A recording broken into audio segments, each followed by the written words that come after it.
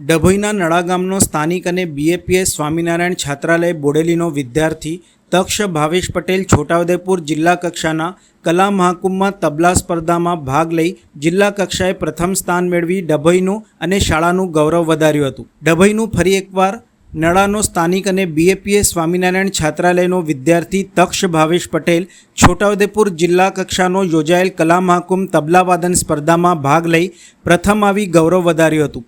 તક્ષ બાળપણથી તબલા માટે તાલીમ લેતો હતો અને હાલમાં છોટાઉદેપુર ખાતે યોજાયેલ જિલ્લા કક્ષાના કલા મહાકુંભમાં બીએપીએસ સ્વામિનારાયણ છાત્રાલય તરફથી તબલાવાદન સ્પર્ધામાં ભાગ લીધો હતો અને તેમાં તે પ્રથમ આવ્યો હતો। આ કાર્યક્રમ જિલ્લા યુવા વિકાસ અધિકારી શ્રી દીપિકા રાણાની અધ્યક્ષતામાં યોજવામાં આવ્યો હતો।